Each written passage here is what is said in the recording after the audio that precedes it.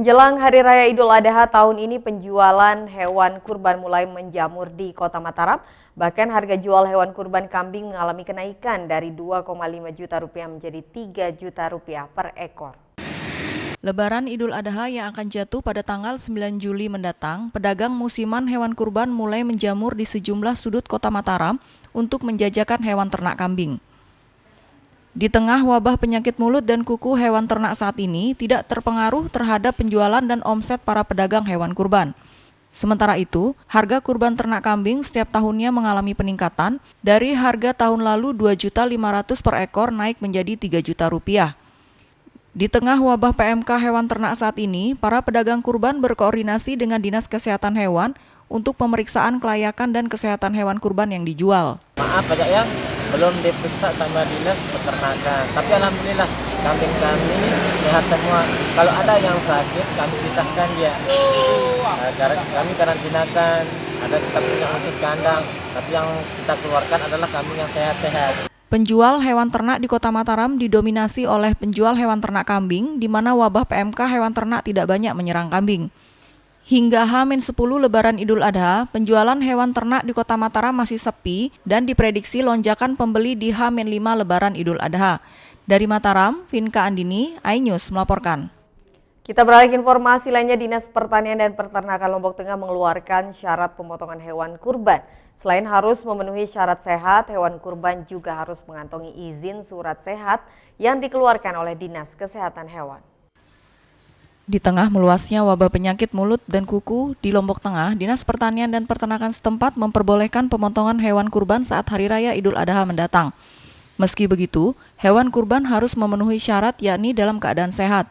Untuk memastikan kesehatan hewan kurban harus mengantongi surat keterangan kesehatan hewan dari kesuan setempat. SKKH sendiri diterbitkan oleh dokter hewan yang berwenang sehingga hewan kurban diharuskan mengantongi SKKH selama 4 hari sebelum pemotongan. Di Stanak Lombok Tengah telah menyiapkan 13 dokter hewan sebagai pemegang otoritas dengan rincian 1 dokter hewan di otoritas kabupaten dan 12 dokter di otoritas kecamatan untuk menerbitkan SKKH.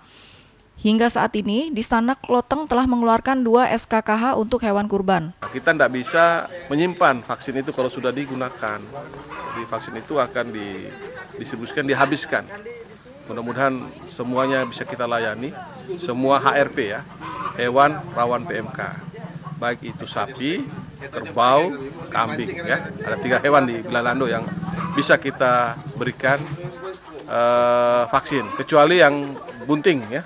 Yang dalam keadaan bunting yang kita akan lihat kondisi. Data di Stanak Lombok Tengah, penjualan untuk sapi kurban berada di 7 titik, yakni 3 di Desa Teratak, 2 di Desa Kelebuh, Praya, Menemeng, dan Nyerot, sementara untuk titik penjualan kambing kurban masih berada di sekitaran Praya. Dari Lombok Tengah, Emma Widiawati, iNews melaporkan.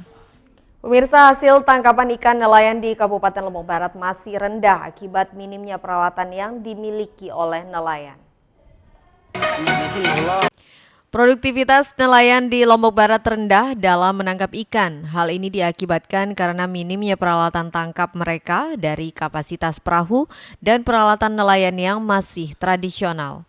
Nelayan di Lombok Barat hanya mampu menangkap 12 hingga 16 ribu ton ikan setiap tahunnya. Mengingat potensi laut di Lombok sangat tinggi, bisa sampai puluhan ribu ton ikan setiap tahunnya. Di sisi lain, para nelayan juga masih menggunakan alat tangkap tradisional sehingga tidak mampu untuk mendeteksi keberadaan ikan di perairan laut.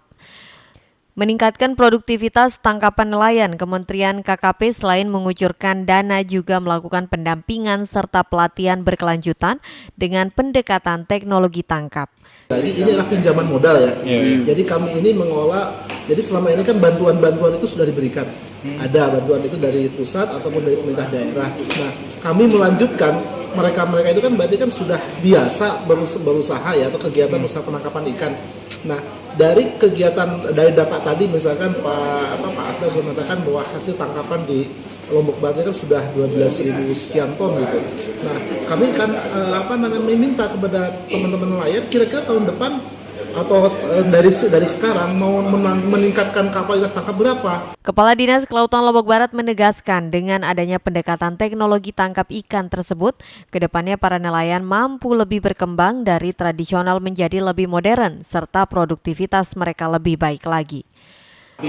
Lebih maju dan berkembang dari kemarin. Yang kemarin sifatnya mungkin hanya tradisional, tidak begitu bagus alat tangkap. Sekarang dengan adanya dari direktur lembaga pengelola modal usaha kelompok perikanan ini yang dihadiri Pak Dede ini bisa membantu dan menggairahkan usaha daripada perikanan tangkap, terutama perikanan tangkap, baik itu pembudidaya juga. Lalu Sukawardi Kadistan Lut Lobar Direktorat Perikanan Tangkap Kementerian Kelautan dan Perikanan KKP RI mendorong nelayan Lombok Barat untuk memperbarui alat tangkap ikan sehingga produksi bisa memenuhi kebutuhan pasar global. Dari Lombok Barat, Muzakir iNews melaporkan. Beragam informasi penting lainnya akan kami sajikan untuk Anda sesaat lagi, tetaplah di iNews NTB.